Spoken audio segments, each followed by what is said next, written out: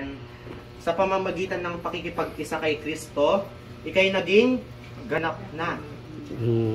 Sa English yata, sa ibang salin, through your relationship with Christ, you are complete. Complete, ganap, perfect, sakdal, sukdulan. Amen. Kaya wala ka nang hahanapin pa. Amen. Amen. Amen? Yes.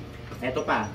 Kapag kay Lord ka talaga, kapag pinaniwalaan natin yung mga sinabi ni Lord na to sa ngayong araw na ito, na para maging matalino tayo, hindi tayo mapapahiya, sinasabi ko sa inyo. Amen. Sabi ng Roma 10:11, ang sino mang sumasampalataya sa Kanya ay kailanman hindi mapapahiya o sa ibang salin mabibigo. Mabibigo.